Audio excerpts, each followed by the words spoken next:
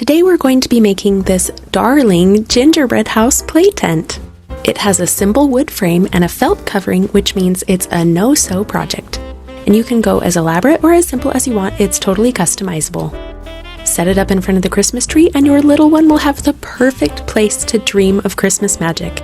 But the most fun part is that because it's made of felt, you can add velcro to the back of fun gingerbread candies and let your child decorate their tent over and over again.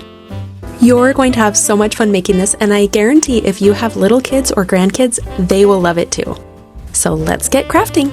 The first part of this project is building the wood frame. I've got detailed measurements and a supply list with links to make it easy for you to make this project. That's all in the link in the video description. Drill holes into both ends of 4 1x2 wood boards. These become the 2 vertical triangle-shaped ends of the tent.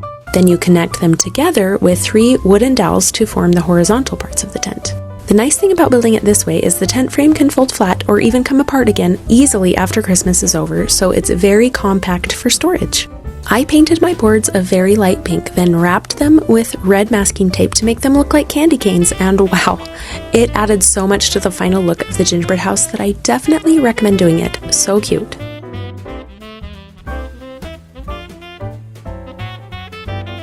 Now it's time to make the fabric part of the tent. I bought 1 2/3 yard of this tan colored felt. It's extra wide at 72 inches and I've got it folded squarely in on itself 4 times. I'm just going to cut it to be 44 inches wide, so the final piece would be 44 by 72. Open the fabric up and fold it in half so you have a 44 by 36 inch rectangle. The fold line will become the top of the roof line on your tent. I'm adding this icicle garland to both sides of the top ridge line of the tent so it looks like there's snow on the roof. Next, I'm making 4 arch-shaped windows with the extra felt. I used a dinner plate to get the rounded top edge, then made straight lines going down from the widest part of the circle.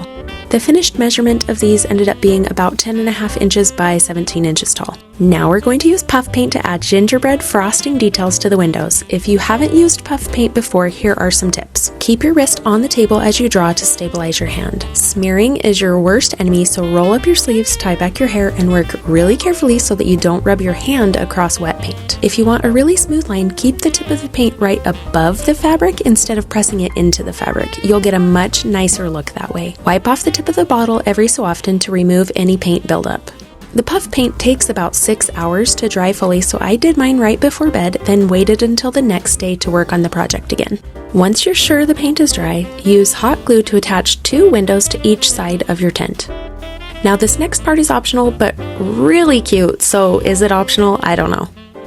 I'm tearing this pine and berry pick apart into smaller pieces, taking 2 of the pine sprigs and wiring them together, then adding a bow in the center to make these mini Christmas swags to hang above each of the windows. See, I told you, so cute. The last thing you need to do is add the scratchy side of Velcro to the inside bottom edges of the tent. I didn't get a good video of this step, sorry, so refer to the written tutorial on my site if you're unsure. But now you can slip the felt tent over the wood frame, wrap those bottom edges of felt around the bottom dowels, and press the Velcro into the felt to stick it in place. And now comes the very last step. Cut pieces of the scratchy side of Velcro and glue them onto the backs of any gingerbread accessories that you have, because then they stick to the felt so your child can move them around and decorate their tent over and over again.